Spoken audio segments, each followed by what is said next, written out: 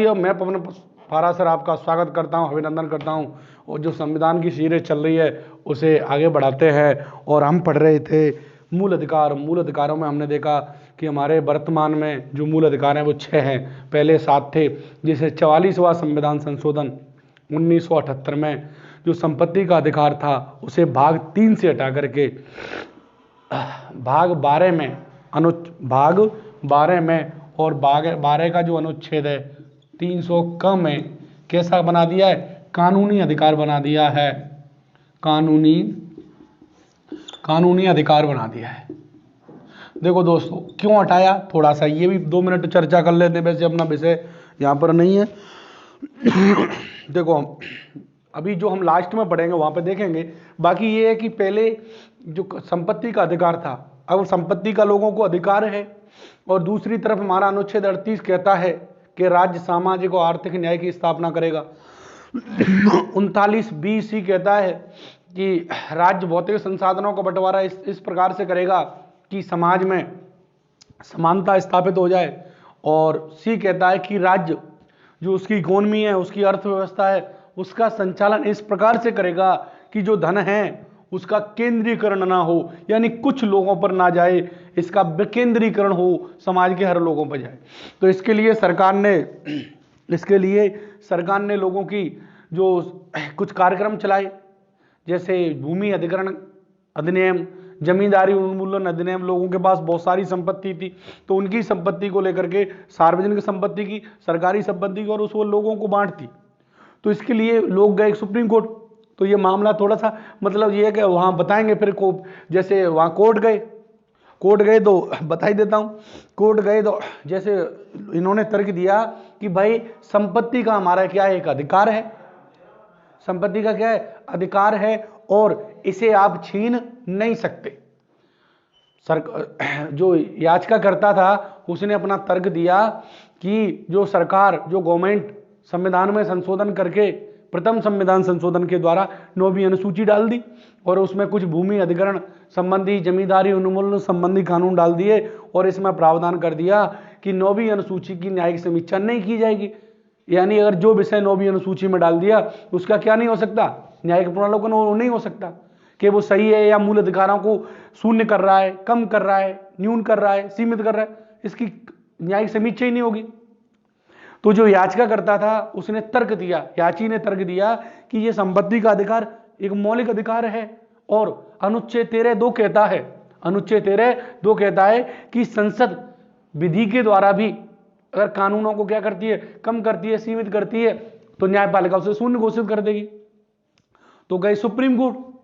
तो supreme court गए तो सुप्रीम कोर्ट ने कहा कि देखो विधि के अंतर्गत संविधान संशोधन तो नहीं आता। शंकरी प्रसाद में यही कह दिया और सज्जन सिंह मामले में भी यही कह दिया। दोनों मामले में सज्जन सिंह बनाम जो अपना है राजस्थान का 1965 का है। फिर उसके बाद गोलखनाथ, मैंने आपको बता ही दिया, केशवानंद। तो इस तरीके से ये मामला चला तो संपत्ति के अधिकार को हटा दिया। अब देखो आपकी संपत्ति को सरकार छीनती है, अधिग्रहण करती है, तो आप डायरेक्ट सुप्रीम कोर्ट और हाई कोर्ट नहीं जा सकते, क्योंकि ये अब आपका मौलिक अधिकार नहीं रहा। आपको जो लीगल प्रक्रिया है, कानूनी प्रक्रिया है, पहले अपने जो जिला कोर्ट वगैरह होते हैं वहां से शुरू करना पड़ेगा। तो इसको इसलिए जो मौलिक अधिकार की सूची से हटा करके क्या बना दिया? कानूनी अधिकार बना दिया गया था। इसलिए वर्तमान में कितने हैं? 6 मौलिक अधिकार हैं। ये हम पढ़ लिए थे। अब देखते हैं जो हम पढ़ रहे थे 6 अधिकारों में से जो पहला अधिकार था समानता का अधिकार, वो 14 से 18 तक है। कहां से कहां तक है? 14 से 18 तक। अब बात करते हैं अनुच्छेद 14 की। अनुच्छेद 14 की। अनुच्छेद 14 देखो, इसमें समता का अधिकार क्या है? विधि के समक्ष समता, समता का अधिकार, या कह सकते हैं इसमें विधि के समक्ष समानता, विधि के समक्ष समानता, ये इसमें लिखा हुआ है 14 में। मूल रूप से तो ये है, फिर उसकी व्याख्या अलग है। देखो पहली बात तो विधि के समक्ष समानता है, इसे समता खंड की संज्ञा दी जाती है। किसकी संज्ञा दी जाती है? समता खंड की संज्ञा दी जाती है अनुच्छेद 14 को। तो ये लिखते हैं अनुच्छेद 14 को समता खंड की संज्ञा दी जाती है, खंड की संज्ञा दी जाती है। तो अनुच्छेद 14 को क्या दी जाती है? समता का खंड है ये। देखो अब इसकी थोड़ी सी, अभी हम इसको एक्सप्लेन करेंगे, पहले थोड़ा समझ लेते हैं। देखो एक ब्रिटेन के न्यायविद हुए, ब्रिटेन के एक न्यायविद हुए, ब्रिटेन के न्यायवादी, ब्रिटेन के प्रसिद्ध हैं ये, ब्रिटेन के न्यायवादी एबी डाइसी, ए.वी. डाइसी, ये कहते हैं कि जो विधि के समक्ष समानता है, जो विधि के समक्ष समानता है, ये कानून के शासन का, कानून के शासन का सिद्धांत का मूल तत्व है। कानून के शासन का जो सिद्धांत होता है उसका क्या है? मूल तत्व है। ये कहते हैं कि जो विधि के समक्ष समता है ये कानून के शासन का विधि मूल तत्व है। देखो सिद्धांत का क्या है? मूल तत्व। जो क्या है, जो ब्रिटेन के न्यायवादी थे एबी डाइसी, ये कहते हैं कि कानून सर्वोपरि होगा, कानून से ऊपर कोई नहीं होगा, कानून से ऊपर कोई नहीं होगा, और तब तक किसी को दंडित नहीं किया जाएगा, जब तब तक किसी को दंडित नहीं किया जाएगा तब तक उसने विधि का या कानून का क्या किया हो? उल्लंघन। इसे कहते हैं विधि का शासन। किसका शासन? विधि का शासन।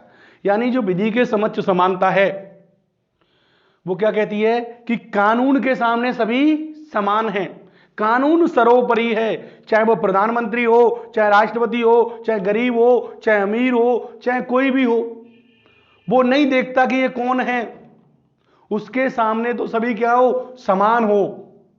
और कानून क्या है? सर्वोपरि। और तब तक दंडित नहीं किया जाएगा किसी व्यक्ति को जब तक उसने कानून का उल्लंघन नहीं किया हो। बिना कानून के उल्लंघन के दंडित नहीं कर सकते। यानी ये व्यक्ति के स्थान पर, व्यक्ति के स्थान पर कानून के शासन की बात करता है। देखो व्यक्ति क्या होता है? व्यक्ति का मतलब है कोई व्यक्ति है, उसके जो मन में आई उसको दंडित कर दे। जैसे राजा महाराजा होते थे, या जो आपका मुगल काल है उस समय देखोगे कि राजा को जो फरमान सुना दिया वही अंतिम आदेश है। नहीं, यहां पर ऐसा नहीं है। विधि के शासन का मतलब है जब तक किसी व्यक्ति ने कानून का उल्लंघन नहीं किया है तब तक उसे दंडित नहीं कर सकते, और अगर उल्लंघन भी किया है तो उसी प्रकार दंडित किया जाएगा जितना उस कानून में लिखा हुआ है, जितना उस कानून में लिखा हुआ है। ये होता है विधि के शासन का तत्व, सार। तो ये क्या कहते हैं? ये क्या कहते हैं? देखो ब्रिटेन के न्यायवादी एबी डाइसी के अनुसार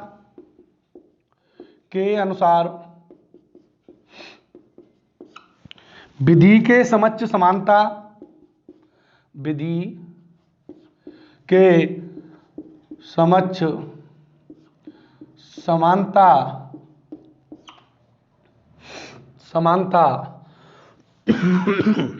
समानता विधि के शासन का मूल तत्व है। समानता विधि के शासन का, विधि के या कानून के शासन का, विधि के शासन का, शासन के सिद्धांत का, सिद्धांत है ये, सिद्धांत का मूल तत्व है, मूल तत्व है। दूसरा क्या कहता है? तब तक किसी व्यक्ति को दंडित नहीं किया जाएगा, दंडित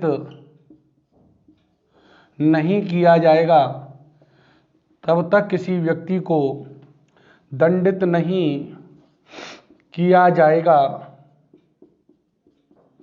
तब तक दंडित नहीं किया जाएगा जब तक उसने कानून का उल्लंघन नहीं किया है, कानून का उल्लंघन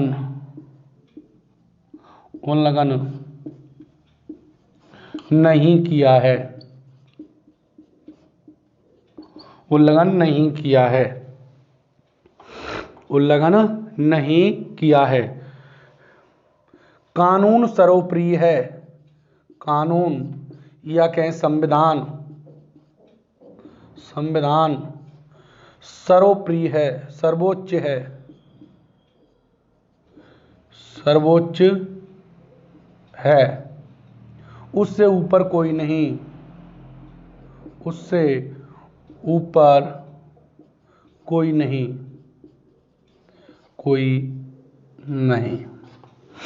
उससे ऊपर कोई नहीं, उससे ऊपर कोई नहीं। यह व्यक्ति के स्थान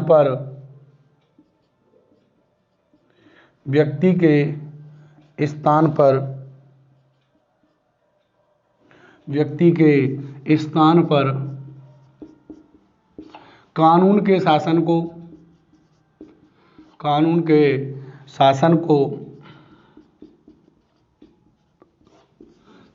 को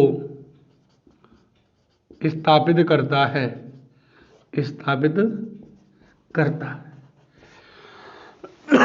जैसे मान के चलो मोदी है, अभी कौन है हमारा संप्रभु है, तो मोदी के जैसे कोई उसकी मित्र आया, उसकी पार्टी से आया, तो अगर व्यक्ति का शासन होता तो वो अपने अनुसार दंडित करवा देता, और जो उसका व्यक्ति होता, अपने पक्ष का होता, अपना मित्र होता, पार्टी, उसे छुड़वा देता। परंतु विधि का शासन यह कहता है कि भाई, विधि का शासन यह कहता है कि तब तक व्यक्ति को दंडित नहीं किया जाएगा तब तक उसने किसी कानून का क्या नहीं किया है, उल्लंघन नहीं किया है, तभी दंडित किया जाएगा। और ये व्यक्ति के स्थान पर कानून के शासन को महत्व देता है, विधि के शासन को महत्व देता है, व्यक्ति को सर्वोच्च बताता है, विधि को सर्वोच्च बताता है, संविधान को सर्वोच्च स्थापित तो होता है इससे। ये एबी डायसी अपने विचार रखता है। अब देखो, अगर ये कहता है कोई सर्वोच्च नहीं है, सभी व्यक्ति विधि के सामने कैसे होंगे, समान होंगे, ये देखा जाए तो यह अवधारणा कैसी है, नकारात्मक है। अब देखो अपने अनुच्छेद पे आते हैं, मूल अनुच्छेद क्या कहता है। देखो साहब, ये एबी डायसी के विचार हैं। किसके विचार है, एबी डायसी के। तो अनुच्छेद 14 को क्या कहते हैं, समता खंड की संज्ञा दी जाती है, समता खंड की क्या दी जाती है, संज्ञा दी जाती है। अब देखो अनुच्छेद 14 में दो बातें लिखी हुई हैं। कितनी बातें, अनुच्छेद 14 में दो बातें हैं, नंबर 1 और नंबर 2। इस तरीके से इसको पढ़ेंगे हम।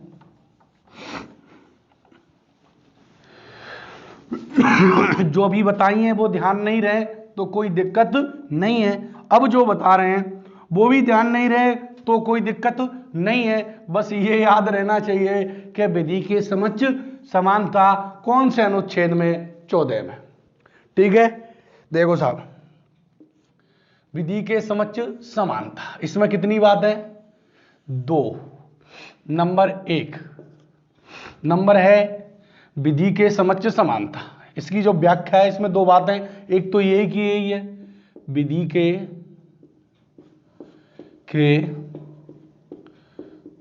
समक्ष समानता,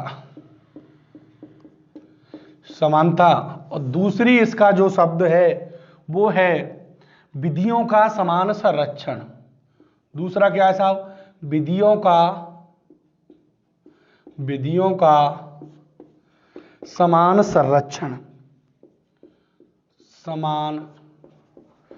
संरक्षण, विधियों का समान संरक्षण। संरक्षण। देखो साहब, ये अवधारणा हमको देखने में ऐसे लग रहा है कि सर क्या एक ही बात है, विधि के समक्ष समानता या विधियों का समान संरक्षण, एक ही लग रहा है ना, परंतु ये एक नहीं है, दोनों अलग अलग हैं, दोनों के अलग अलग अर्थ हैं, दोनों को अलग अलग देश के संविधान से लिया गया है। तो विधि के समक्ष समानता और विधियों का समान संरक्षण देखने में एक जैसा प्रतीत हो रहा है, परंतु एक नहीं है। क्या है देखते हैं साहब। देखो, विधि के समक्ष समानता है, इसे इंग्लिश में क्या बोलते हैं, इक्वलिटी।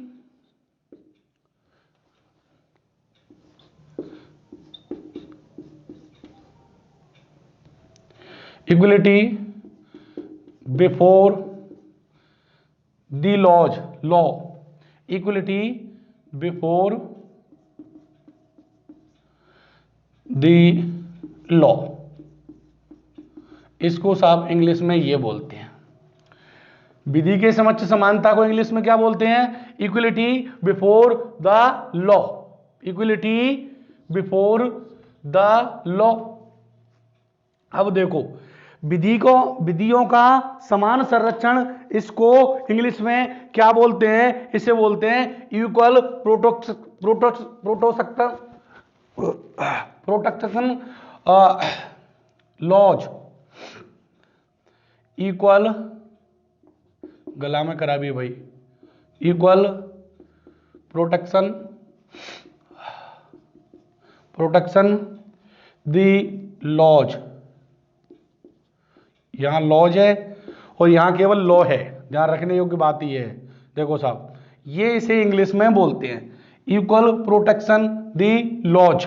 अब देखो, विधि के समक्ष समानता, ये जो अवधारणा है ये हमने ली है ब्रिटेन से। ये कहां से ली है साहब, इसका स्रोत क्या है, पहले इसका आडू आडू अर्थ देख लें, अंतर देख लें। आडू मतलब मोटा मोटा, जो सबको दिखता है, समझ में आता है। ये समझ में आ रहा है, दीवार कैसी है, तो ये कह रहे लाल है, क्या है, लाल है, परंतु ये लाल क्यों दिख रही है, अब लाल है ये तो आडू हो गया ना, अब लाल क्यों दिख रही है, ये लाल नहीं है, लाल दिख रही है।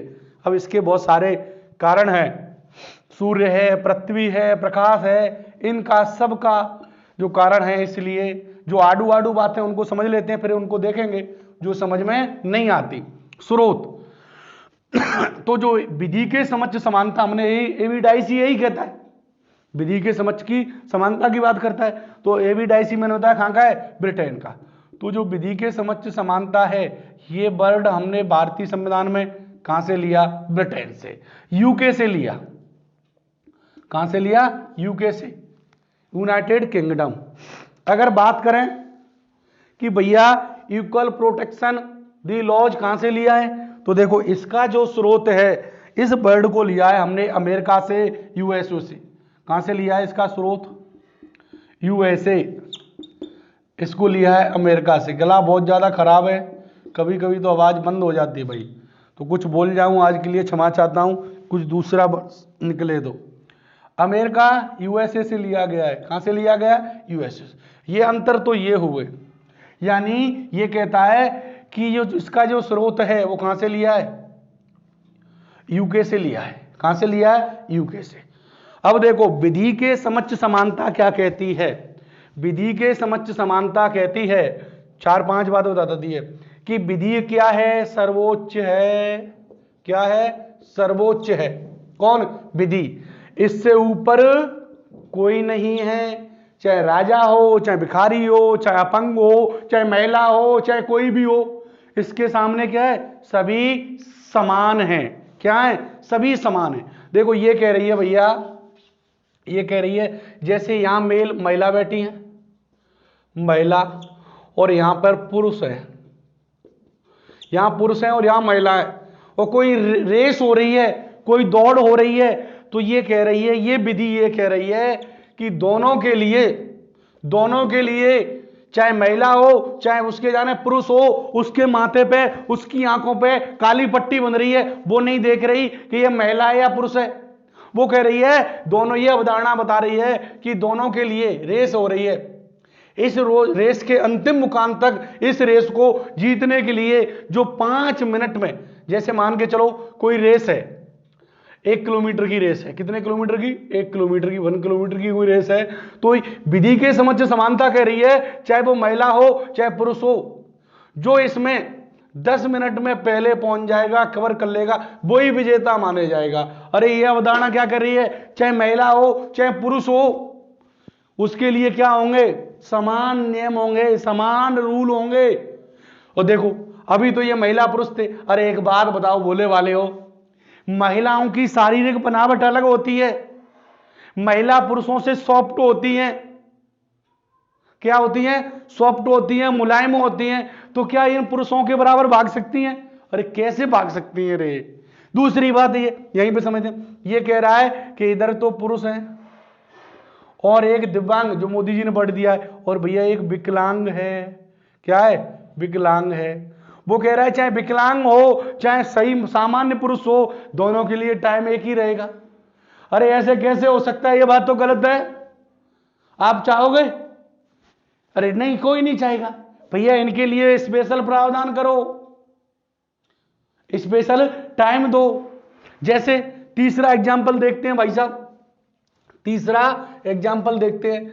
जैसे मान के चलो कोई जनरल का इंसान है, सामान्य वर्ग का, और कोई SC ST का है। कहां का है? SC ST का। अब ये कह रही है अवधारणा विधि के समक्ष समानता वाली, ये कह रही है अगर दोनों को पास होना है एग्जाम में, टीचर बनना है रीट के एग्जाम में, तो दोनों को 75% लाने होंगे कम से कम। अरे कैसे संभव हो सकता है? ये SC ST वालों का शताब्दियों पहले, शताब्दियों तक शोषण हुआ है, उनके पास इतने संसाधन नहीं है। आपके पास जनरल वालों के संसाधन है या संसाधन थे, तो आपने पढ़ाई की ज्यादा पहले से, आपका दिमाग ओपन है, खुला हुआ है, तो आप इनके साथ कैसे दौड़ सकते? ये बात गलत है कि नहीं? अब यहां तो समझ में आ रही होगी ना, गलत है। यानी SC ST की जनरल के बराबर मेरिट नहीं जानी चाहिए, तो ये क्या है? गलत है। इसका मतलब ये अवधारणा भी कैसी है? नकारात्मक है। क्या है? ये नकारात्मक है। कैसी हुई भैया? नकारात्मक। अरे नकारात्मक है कि नहीं? कैसी है? नकारात्मक है, क्योंकि ये बात तो गलत है। एक अपंग, एक दिव्यांग, एक विकलांग इंसान को सामान्य पुरुष के बराबर कैसे भाग सकता है? कैसे उसके बराबर कार्य कर सकता है? एक महिला पुरुष के साथ कैसे भाग सकती है? तो ये अवधारणा कैसी हुई? गलत। हमने कहा SC का इंसान जनरल के साथ कैसे चल सकता है? गलत है। इसका मतलब ये तो कह रही है चलना चाहिए, चलना चाहिए। इसका मतलब आरक्षण का क्या कर रही है? ये आरक्षण का विरोध कर रही है। विधि के समक्ष समानता वाली अवधारणा आरक्षण का क्या कर रही है? विरोध कर रही है, विरोध कर रही है, पूरी तरह क्या कर रही है? तो ये आरक्षण का क्या करती है? ये आरक्षण का विरोध करती है। आरक्षण का क्या करती है? विरोध करती है। ये तो कहती है भैया चाहे आप ST को हो, चाहे ST को हो, चाहे OBC के हो, चाहे महिला हो, चाहे पुरुष हो, कानून के सामने कैसे हैं? सभी समान हैं। यानी आरक्षण का क्या कर रही है? विरोध कर रही है। अरे क्लियर हुआ कि नहीं हुआ?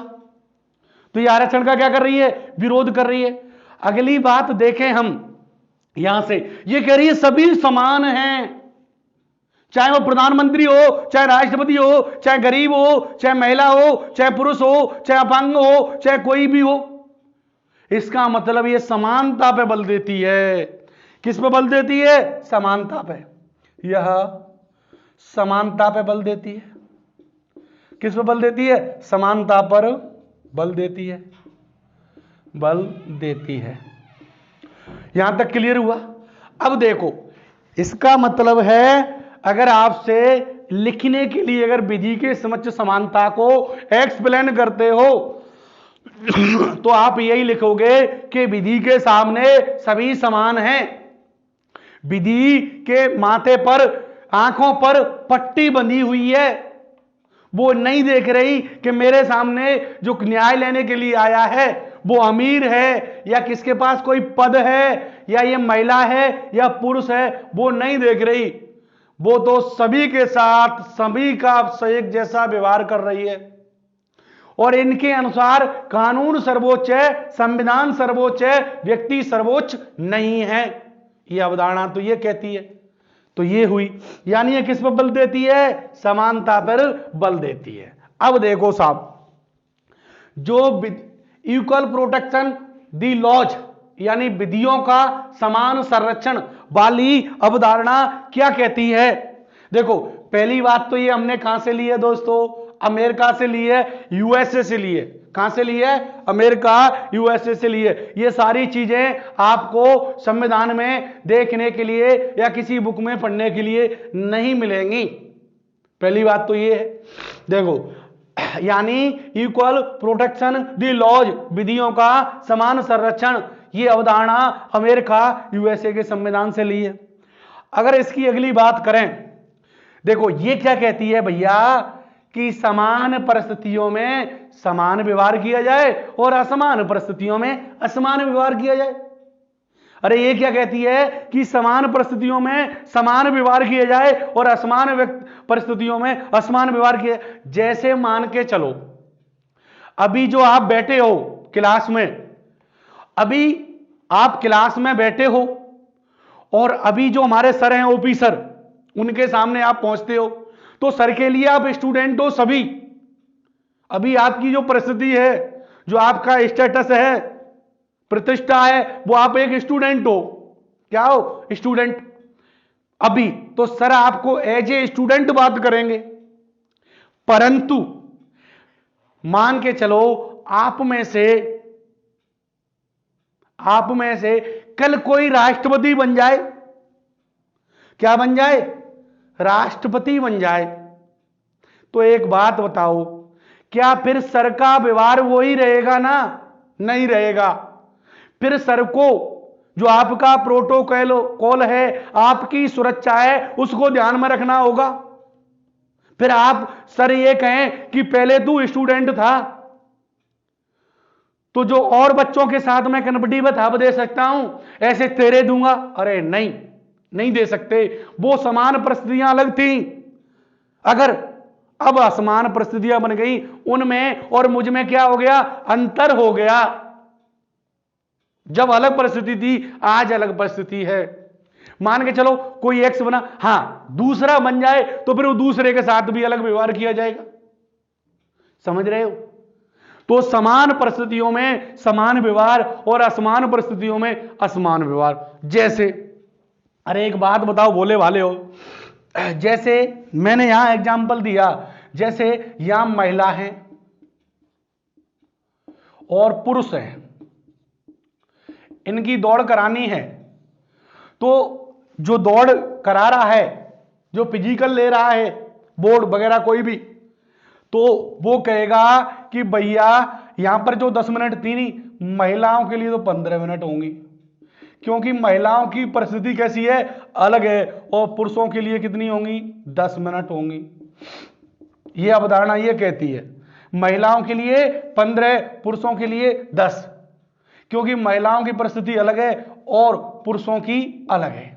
अब मान के चलो यहां भेदभाव कर दिया, दोनों के साथ क्या किया? भेदभाव। ये तो कहती भेदभाव तो होगा ही नहीं, परंतु यहां महिलाएं 10, एग्जाम्पल लेते हैं 10 महिलाएं, इनमें से गीता, बबीता, सुनीता, रविता। अब 10 महिला कैसी हैं? समान हैं, समान एक जैसी। अब जो 10 महिलाएं ना, उनमें से किसी के साथ भेदभाव नहीं कर सकते, परंतु पुरुष और महिलाओं की परिस्थिति कैसी हो गई? अलग अलग हो गई। क्या हो गई? अलग अलग हो गई। अब पुरुषों के लिए अलग नियम होंगे, महिलाओं के लिए अलग नियम होंगे। जैसे मान के चलो, अब जैसे महिला अगर कहीं जॉब कर रही है, सरकारी टीचर है या कहीं भी जॉब कर रही है, अब महिला क्या होती है? प्रेग्नेंट होती है। अरे पुरुष तो प्रेग्नेंट होते नहीं, तो महिलाओं को क्या दी जाती है? छुट्टी दी जाती है, वेतन मिलता है, मातृ अवकाश होती है, बच्चे का लालन पालन, और कोई चोट पहुंच जाए, बच्चा है पेट में और बच्चा देश का भविष्य, राष्ट्रपति बनेगा, प्रधानमंत्री बनेगा, टीचर बनेगा, कुछ भी बनेगा, तो आप पुरुष कहो कि भैया विधि के समक्ष समानता है, इनको छुट्टी दे रहे हो तो हमें भी दो। अरे तुम भी बच्चा पैदा करो, तुम्हें भी छुट्टी मिल जाएगी, कोर्ट के पास यही जवाब होगा, क्योंकि समान परिस्थितियों में कैसा होगा, समान व्यवहार होगा। परंतु ऐसा नहीं कर सकते कि कोई जनरल की महिला है, जनरल की महिला को तो छुट्टी दे दी और SC ST की महिला को छुट्टी नहीं दे, ये नहीं हो सकता। होगा तो महिला एक ग्रुप हो गया, एक अलग परिस्थिति हो गई, अलग वर्ग हो गया। समझ में आया कि नहीं आया? ठीक है भाई। तो ये क्या कहता है कि अलग अलग परिस्थितियों में अलग अलग नियम होंगे, अलग अलग परिस्थितियों में अलग अलग नियम होंगे। अब देखो, अब दूसरा, यानी अलग अलग परिस्थितियों की बात कर रहा है। अरे भैया ये बात सही है गलत है? महिलाओं को कुछ टाइम अधिक नहीं देना चाहिए? आप दिल बात रख के सोचो, महिलाओं को अधिक टाइम देना चाहिए कि नहीं देना चाहिए? अरे देना चाहिए, ज्यादातर का जवाब यही होगा, क्योंकि महिलाओं की शारीरिक बनावट परिस्थिति अलग है। तो ये अवधारणा न्याय करती है, यहां तो अन्याय हो रहा था इसलिए नकारात्मक थी, ये न्याय कर रही है, ये सही कह रही है, इसलिए ये अवधारणा कैसी है, सकारात्मक है। कैसी है साहब? ये अवधारणा कैसी है, सकारात्मक है। कैसी हुई ये अवधारणा सकारात्मक हुई। इसकी प्रकृति कैसी हुई? प्रकृति की बात करें तो ये हुई सकारात्मक।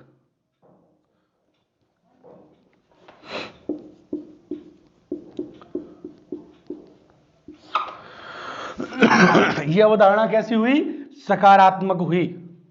अब देखो, ये अवधारणा कह रही है भैया कि SC ST के लिए अलग नियम होंगे और जनरल के लिए अलग नियम होंगे, महिलाओं के लिए अलग नियम होंगे, क्योंकि इनकी सबकी परिस्थितियां अलग अलग हैं।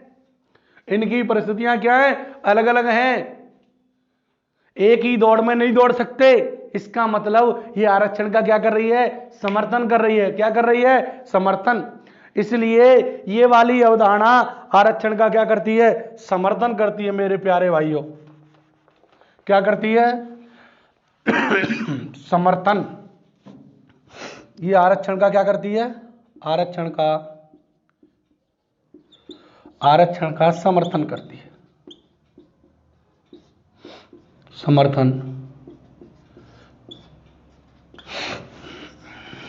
समर्थन करती है।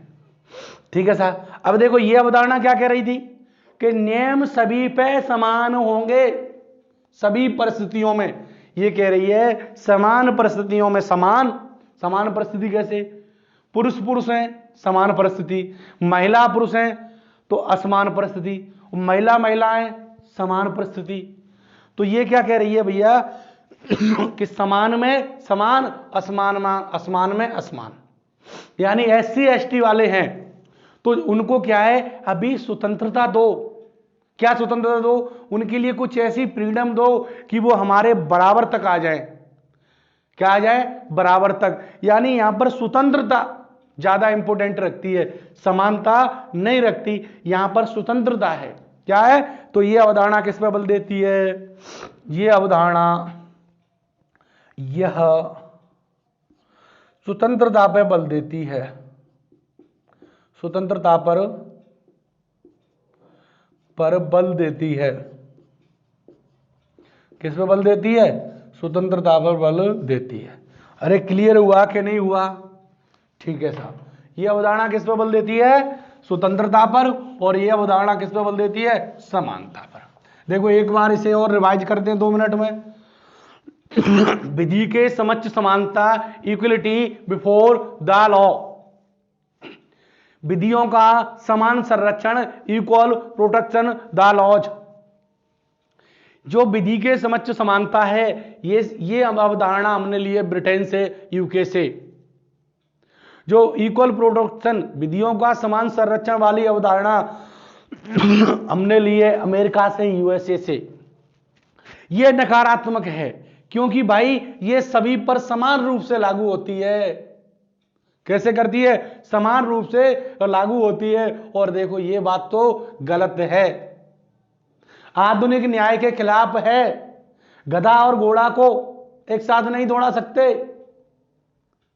समझ में आया? तो यह अवधारणा कैसी है, आधुनिक न्याय के खिलाफ है। भाई ये कैसी है, आधुनिक न्याय के खिलाफ है, इसलिए कैसी है, नकारात्मक है। और ये कैसी है, ये तो ये कहती है भैया कि पुरुषों के लिए अलग नियम होंगे, महिलाओं के लिए अलग। तो ठीक है, अच्छी है, यही होना चाहिए। सकारात्मकता इसमें स्पष्ट दिखाई दे रही है। और ये कह रही है चाहे एससी हो चाहे एसटी हो, सभी के लिए नियम कैसे होंगे? इक्वल होंगे, समान होंगे। तो ये तो आरक्षण का पूरी तरह क्या कर रही है? विरोध कर रही है।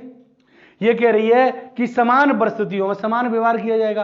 अरे भैया, उनकी परिस्थितियां अलग हैं, उनकी परिस्थितियां अलग हैं, और जनरल वालों की परिस्थितियां अलग हैं, महिलाओं की परिस्थितियां अलग हैं। अरे परिस्थितियां कैसे अलग हैं?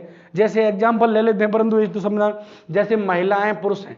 अब पुरुष ये कहें कि महिलाओं की जितनी कट ऑफ जा रही उतनी हमारी जानी चाहिए, बराबर होना चाहिए, समानता होनी चाहिए।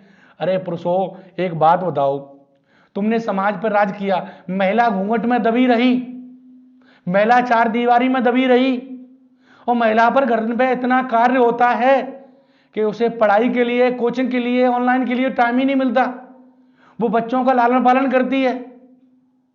तो तुम कह रहे हो फिर एक ही रेस में दौड़े, कैसे दौड़ेगी? और दूसरी बात, खुद सोचो, आपका शरीर और उनके शरीर में कितना अंतर है। यह संभव है क्या? संभव नहीं है। इसलिए यह अवधारणा कैसी है? सकारात्मक ऐसा होना चाहिए। यह आरक्षण का समर्थन करती है, यह स्वतंत्रता पे बल देती है, यह समानता पे बल देती है। अब देखो, अगर ये मेंस वगैरह में इनका अर्थ समझाएं तो इसको अभी हम लिखेंगे, और इसको एक बार नोट करो, दोनों के अर्थ लिखेंगे। नोट करो फटाफट, ठीक है? अब देखो, इनका अर्थ समझेंगे, जो अर्थ बोला है वो ही लिखेंगे, वो ही समझेंगे, और कुछ अंतर नहीं है।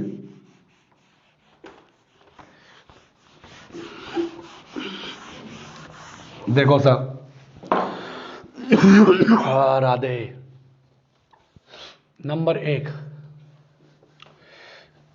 विधि के समक्ष समानता, समानता, इसको इंग्लिश में क्या बोलते हैं? इक्वलिटी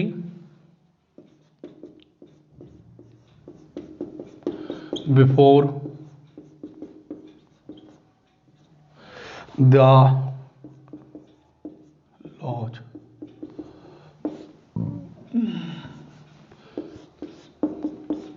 देखो साहब, ये क्या कहती है, इसको देख लेते हैं।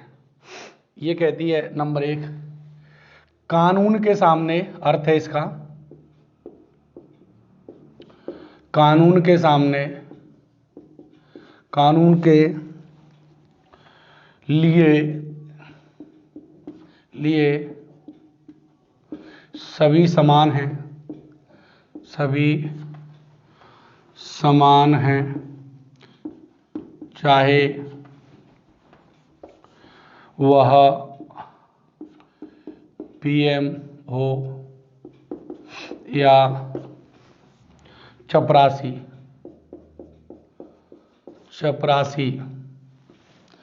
या गरीब अमीर, चपरासी। कानून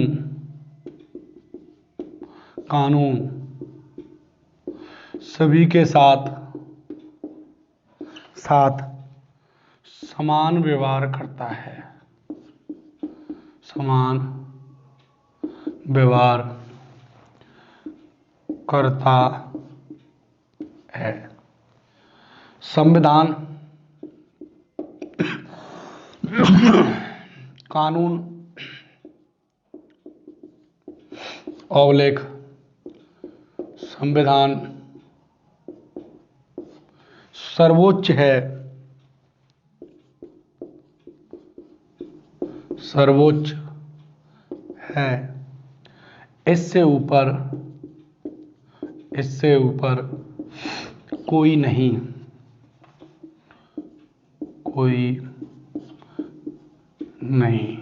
लिखते जाओ खूब, 10-20 पेज भर सकते हो, लिखते हैं तो इसमें, परंतु मोस्टली बात ये है। क्लियर हुई? अब इसके बाद जो दूसरी है, विधियों का समान संरक्षण, उसको देखते हैं। विधियों का समान संरक्षण, विधियों का समान संरक्षण। नंबर 2 वाली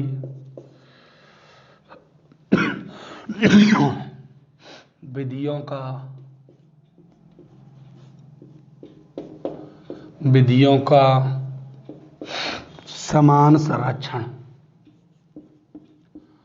समान संरक्षण।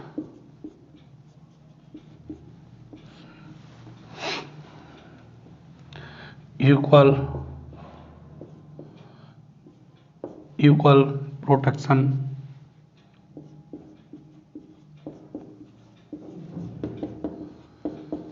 these laws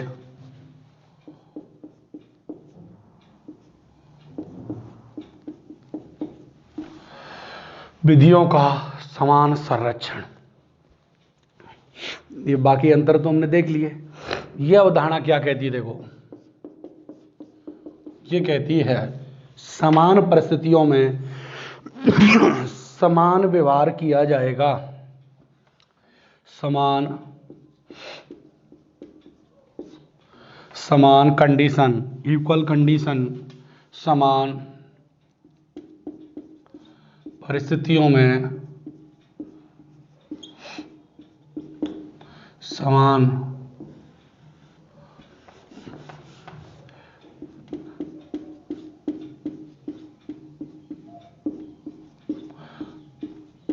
परिस्थितियों में समान व्यवहार किया जाएगा, समान परिस्थितियों में समान इक्वल कंडीशन, इक्वल व्यवहार। समझ में आया? समान परिस्थितियों में समान व्यवहार किया जाएगा। अब देखो समान परिस्थिति कैसी हुई। अब देखो ये एक ग्रुप है, यहां भी उस ग्रुप, एक इस ग्रुप का नाम है पुरुष, इस ग्रुप का नाम है ए, इस ग्रुप का नाम क्या है ए, और इस ग्रुप में कौन है, पुरुष ही पुरुष रहते हैं। और एक दूसरा ग्रुप है पुरुषों का, दूसरे ग्रुप का नाम क्या है, ये भी ग्रुप है, पुरुष है। अब देखो अब ये दो ग्रुप हुए, क्या हुए, दो ग्रुप हुए। अब इनके लिए परिस्थितियां कैसी हैं, अरे समान है ना, तो यानी परिस्थिति कंडीशन कैसी है इनकी, परिस्थितियां कैसी हैं, परिस्थितियां कैसी हैं, समान है। अरे परिस्थितियां समान है कि नहीं इनकी दोनों की, तो परिस्थितियां कैसी हुई, समान। जब परिस्थितियां समान हैं तो इनके दोनों के साथ व्यवहार भी कैसा होना चाहिए, अरे समान होना चाहिए कि नहीं चाहिए, तुम ही बताओ। अब ये नहीं कर सकते कि भैया ये वहां के पुरुष हैं, ये यहाँ के पुरुष हैं, ये यहाँ के पुरुष हैं, ऐसा नहीं कर सकते। समझ में आया? तो ये कैसा हो गया, समान परिस्थितियों में समान व्यवहार किया जाएगा। ये बात। दूसरी क्या है इसमें, दूसरी क्या है साहब, दूसरी है इसमें और असमान परिस्थितियों में अनइक्वल कंडीशन, असमान परिस्थितियों